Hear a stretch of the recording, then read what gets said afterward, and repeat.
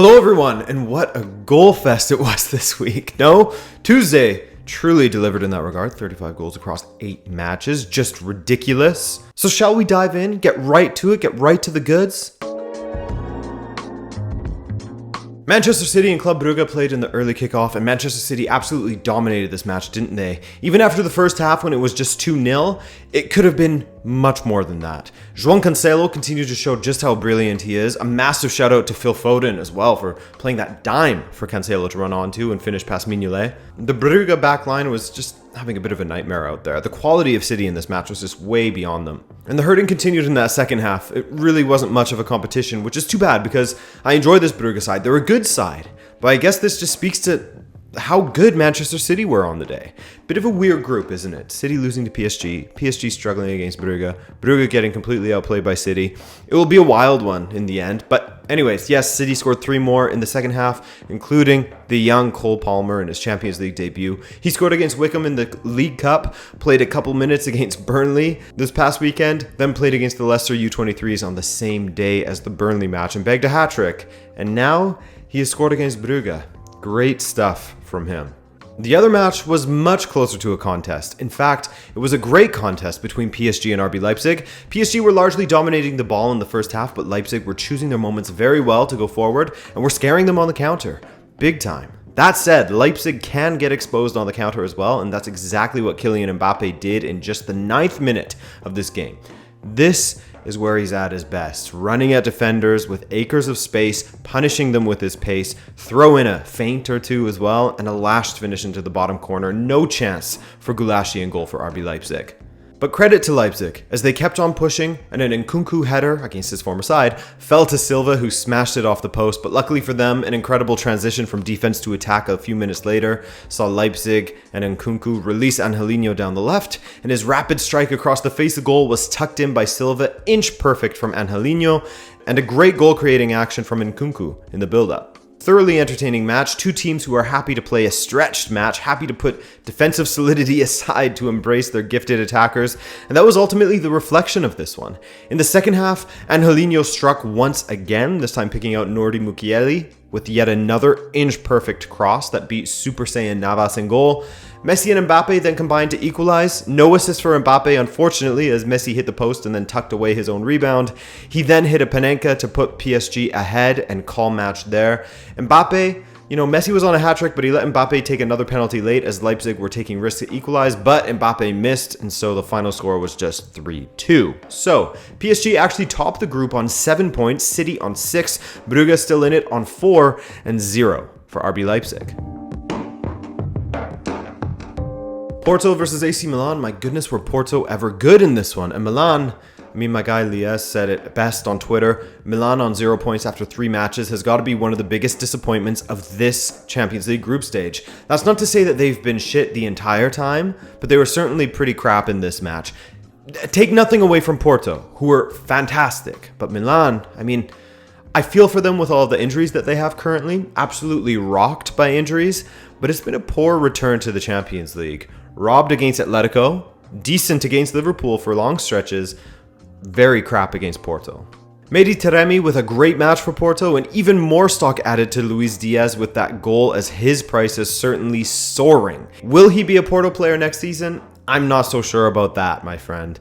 1-0 the final, and absolutely a deserving result for Porto. The other match was a goal fest, wasn't it? An unexpected goal fest in some ways. Liverpool going to the Wanda Metropolitano to hand Atletico Madrid just their second ever loss in a European competition at that stadium by a score of 3-2. This was a fun one to watch all together during our live watch party on the channel. It started so well for Liverpool, as they were absolutely the dominant side for the first 15 minutes or so. Salah doing all of the heavy lifting for the first goal, only for James Milner to take a touch to put it beyond Oblak's reach, or at least so we thought, as the goal was later given back to Mohamed Salah. It went from Salah to Milner, back to Salah.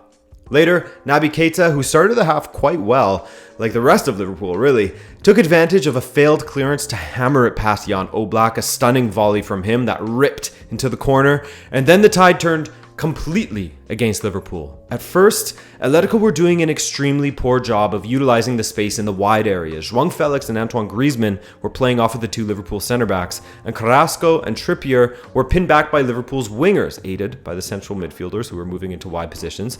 But with João Felix drifting into the wide left position and getting more involved on the ball, things began to change, and it made more room for Thomas Lemar to cook through the middle, and he also would come and join Felix out wide.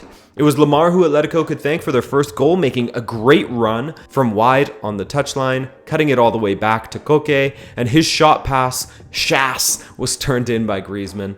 Later, João Felix held off Naby Keita and dragged a few more defenders around him before clipping the ball inside to Griezmann, and he made no mistake with that finish. 2-2, just like that. Interesting partnership there. It really was a great match.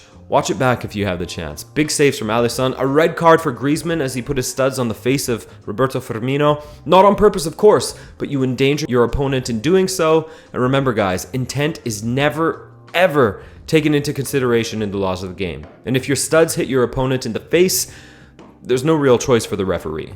In the end, a Salah penalty completed his brace and the win for Liverpool. Clumsy defending from Hermoso, but a massive credit to Atleti in general, who didn't miss a step after the Griezmann red and fought valiantly. Liverpool have a perfect record with 3 wins from 3 as they will welcome Atletico to Anfield next. Atleti and Porto on 4 points and Milan on 0. You guys have probably guessed by now, but Ajax has a special place in my heart. And if you saw the atmosphere from their match in Amsterdam up against Borussia Dortmund, you'd understand a portion of it. It isn't just the style of play that Erik ten Hag employs, which is great to watch. It isn't just the talented players they produce and sign, but the entire package of the fan culture, the fact that they care so dearly for their fans. I mean, melting down one of your trophies to make stars to give to their season ticket holders who couldn't attend matches during the pandemic. I mean, that's just incredible stuff. But anyways, it's that they're the whole package. And Borussia Dortmund got a taste of just how powerful they can be on the pitch and how intimidating their fan base can be in the stadium. It was rocking the entire time. A 4-0 drubbing. Yes, Borussia Dortmund lacked any kind of intensity, but as Marco Rosa said, they were completely outplayed by this brilliant Ajax team who was scoring for fun in this group stage thus far. Dusan Tadic whipped in a free kick on 11 minutes that Marco Reus headed past his own keeper, unfortunately. Then Sebastian Haller's hold-up play was put on display in the 25th minute as he set up a volley for Daley Blind, and Blind's smash went in off of the post. Now, of course, they have Antony, who joined them from São Paulo in 2020, and the 21-year-old has been incredible for them, nothing short of it. On 56 minutes, he cut inside and curled a low, powerful strike into the bottom corner, side netting, no chance for Kobel. What a find he was. And they weren't finished there, as Haller did the equivalent of dunking on Emre Can, whose feeble attempt at outmuscling him was a bit embarrassing. 4-0 the final, Haller with 6 goals in 3 matches so far. What a night for the Ajax supporters. By the way, notice I didn't mention Erling Haaland once. Iced him out completely. Sporting put in an incredible performance as well. They went away to Istanbul to take on Besiktas, and we were treated to yet another goal fest. They exposed Besiktas' terrible defending from set pieces, with Coates scoring twice in that manner within the first half hour. His first and second Champions League goals, which sandwiched a Kyle Larin goal as well, who also exposed Sporting's defensive ability from set pieces. They were a bit all over the place at times, but Coates, he could have had a hat trick in that first half just from set pieces alone. But overall, once Sporting got into their flow, they were dominating Besiktas. Sarabia scored his first Sporting goal from the penalty spot, and late on, Paulinho scored a stunner. Just when it looked as if Pedro Gonçalves had killed the attack by dwelling on the ball far too long, the tackle from the defender actually helped to guide the ball into Paulinho's path, and he curled it high and into the top corner, way out of reach for the keeper. 4-1 Sporting, their biggest victory away in the Champions League, and good value for it as well. They sit in third place, 3 points behind Dortmund, who have 6, and 6 behind Ajax, who have that perfect record so far. Group D, where Sheriff, a team who I'm actually working on an explainer video about, which has actually been a ton of fun, actually, learning about the KGB affiliations, the unrecognized breakaway state of Transnistria, which is funded by the Russian government, etc. But anyways, they came into this match at the San Siro with a perfect record after wins against Shakhtar and Real Madrid, but they had met their match here. While Sebastian Thiel, who scored that wonder goal against Real Madrid, scored a brilliant free kick, Inter were just too much for them. Credit where it's due, they had some dangerous moments early on in each half, but they were completely outclassed. Edin Dzeko scored a brilliantly taken volley from a corner. Lautaro and Perisic tried to hit the same ball and that cannoned off the crossbar. That moment was priceless. Good luck figuring out who gets credit for that goal if it had gone in. Perisic actually was quite good all night, as was Arturo Vidal, who scored what was the winner in the 58th minute. That was his first start for Inter this season. Assist from Dzeko. And De Vrij turned in a second ball from the corner to make it 3-1. Comfortable in the end, even if there were moments where Sheriff looked a little bit dangerous. And the hurting continues for Shakhtar as they are still yet to score a goal after 3 matches and they received an unholy beatdown from Real Madrid. This was a Vinicius masterclass in that second half. After he had a dip in form from his stunning start to the season, it seems like he's back in form again. Alongside Karim Benzema, they obliterated the Shakhtar backline, cruising through their defense for fun, at least in the second half. The first half was a weird one, as there was a wild own goal from Krivistov. Vasquez threw ball to an offside Benzema, was clipped up and over the keeper from the Shakhtar defender. Unlucky, but a perfect touch. And in the second half, the floodgates opened and Vinicius and Benzema started skating around the pitch at will. That pass from Modric for the second goal was spectacular, and the run from Benzema equally so. The third goal, Vinicius with the defenders on strings before rifling into the top corner at the near post. Vinicius then setting up Rodrigo, and finally, Benzema got his very much deserved goal in the 91st minute, his 11th in 11 games this season. 5-0, 0 defending from Shakhtar, and Real Madrid are looking nice in the Champions League. They are on equal points with Sheriff, Inter on 4, Shakhtar with just the 1. Over in Group E, we saw Barcelona and Dinamo play out a very, very boring match, to be honest with you. Not an interesting game in the slightest, and of the 2 early kickoffs, I hope a lot of you opted to watch RB Salzburg versus Wolfsburg instead, which we'll get to later, of course. Luke de Jong got the start ahead of Sergio Aguero, but as I tweeted during the match, every time Koeman thinks to start de Jong, he should just offer Piqué instead, as his finishing is far superior to the Dutch strikers. Luke de Jong, man, I mean, he had 3 headers in a row that didn't even make it on target. Jordi Alba could have had 3 or 4 assists on the night as he was superb, but just poor finishing all around. Except for Piqué, of course. The man managed to beat Busquets in the 36th minute for Barcelona. The man is scoring a lot of goals this season, isn't he?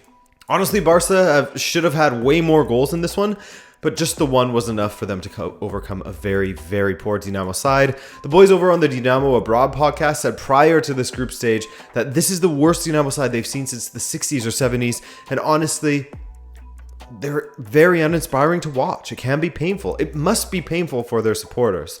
1-0 Barcelona, they get their first goal and first win in this group.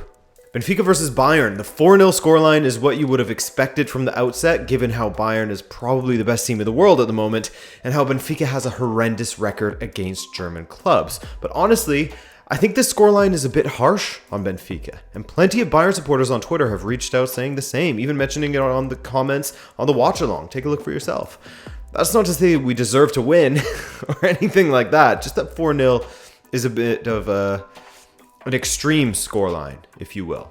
I say that because I don't think anyone would have been surprised if Benfica never ever got out of their own end and didn't register a single shot on target, when in reality, we had opportunities to score, but we just didn't convert. Darwin forced a class save out of Neuer, as did Gonçalves. Yaremchuk missed narrowly. He had to finish that one. And I'm not saying we should have won, but at 0-0, it could have been different. While Bayern had opportunities at 0-0, great ones, and goals disallowed, Benfica did as well. But once you concede 1 goal against Bayern, especially after fighting for over an hour, you just knew they would get a few more.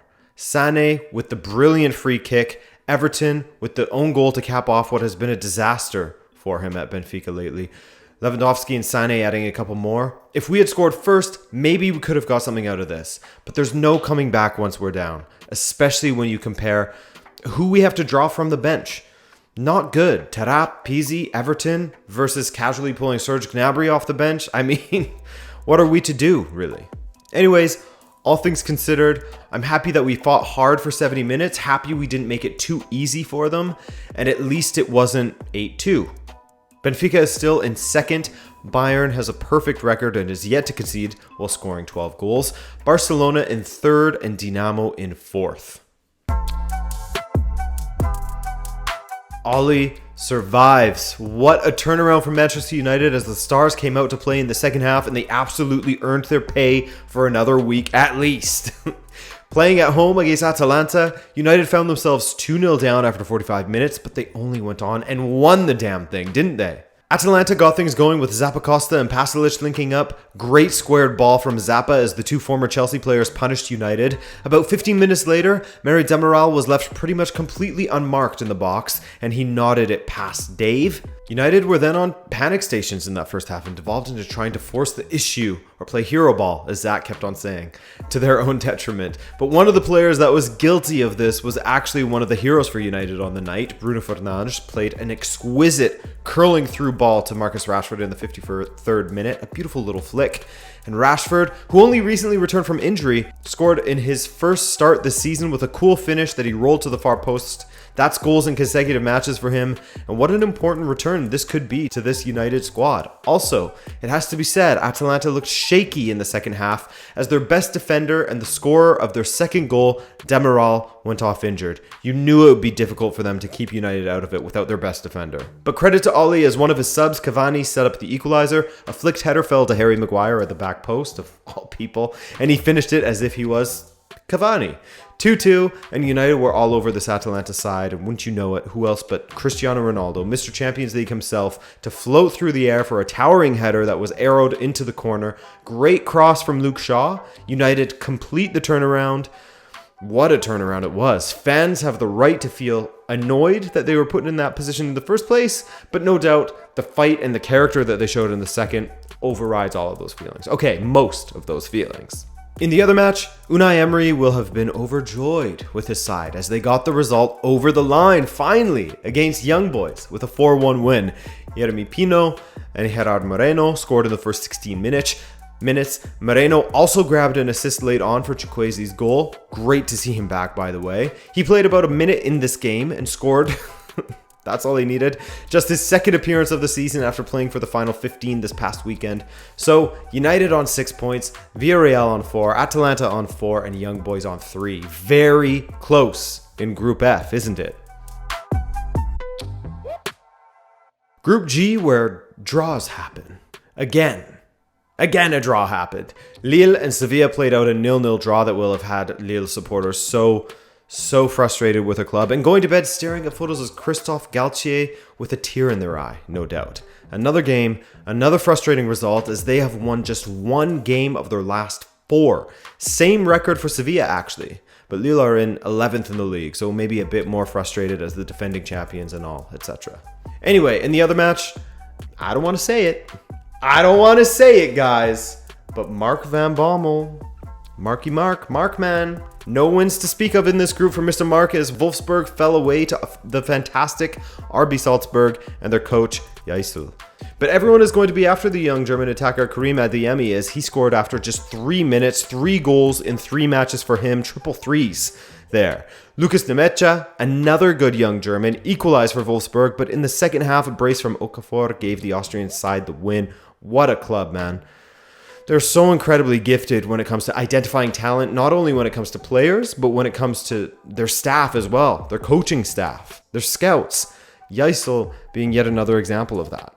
So, seeing RB Salzburg at the top of this group certainly is exciting, especially when you consider all of the talented teams they've had over the years that have just fallen short, all of the talent that has gone through there over the years. Sevilla is in second with no wins, no losses, all draws. Wolfsburg in third and Lille in last on goal difference. Very disappointing. And finally, we saw Chelsea stomp Malmö, the side that is yet to score a goal in this competition but has now conceded 11 after Chelsea was finished with them.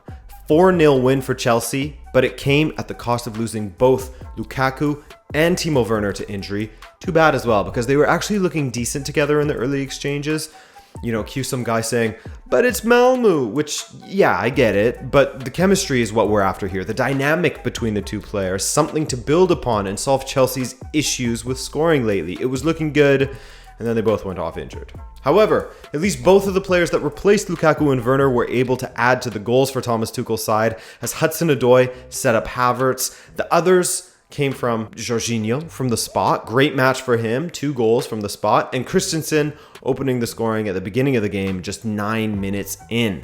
In the other match in Group H, Zenit hosted Juventus, and this one, people in the chat were saying that they were falling asleep during this match. A 1-0 cool as you like performance from Juve as the Allegri effect continues to kick in. As Mina Rizuki said on Twitter, and she's a Juve supporter by the way, if you're not familiar with her, she appreciates the predictable, boring Juventus that is just getting the job done, calling them disciplined zombies. I mean, she's not wrong. That's kind of how they're playing at times. Those disciplined zombies are in first place with a perfect record so far. Chelsea in second, Zenit third, and Malmo in fourth. All right, people, this has gone on far too long. It must end now. I hope that you enjoyed the matches this week. I certainly did. And make sure you come back tomorrow for that video on Sheriff, not to be missed. Okay? I'm Adrian. This is Rabona TV, and I love you. Ciao.